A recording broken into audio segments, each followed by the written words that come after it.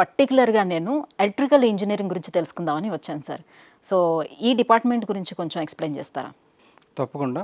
ఈ మనం చూస్తే మానవ మనుగడ మనం సర్కిల్ చూస్తే మనకి ఇంతకుముందు ఈ ప్రపంచం లేదా ఈ మానవ జాతి మూవ్ అవుతున్న దానికి లాస్ట్ ఒక 100 ఇయర్స్లో జరిగిన changes 150 years you can call it as ఒక లాస్ట్ 150 సంవత్సరాల్లో చాలా ఫాస్ట్గా వెళ్ళిపోయింది రైట్ మానవ జీవితాలు. అంటే ఒకప్పుడు బోల్డ్ ఎంత టైం ఉండేది ప్రతి వాళ్ళ దగ్గర. ఈ రోజున ఎవరి దగ్గర టైం లేదు. ఎందుకంటే ఒకటి పవర్ వల్ల, రెండు మెషిన్ వల్ల. ఈ రెండు వేగాన్ని పెంచాయి.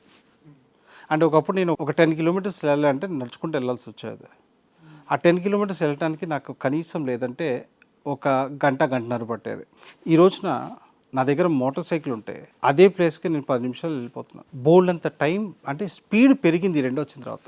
సో మీరు అడిగినట్టుగా ఎలక్ట్రికల్ డెఫినెట్లీ ఒక మంచి బ్రాంచ్, కోర్ బ్రాంచెస్లో ఒకటి.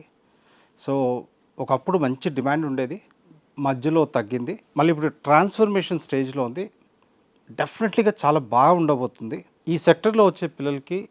రైట్, అంటే ఇక్కడ కొంతమంది రాంగ్గా ఎక్కడ అర్థం చేసుకుంటారంటే ఎలక్ట్రికల్ ఇంజనీర్ డిపార్ట్మెంట్ వాళ్ళ యొక్క ఇంజనీర్స్ డిమాండ్ ఈ రోజు కూడా ఇండస్ట్రీలో ఉంది.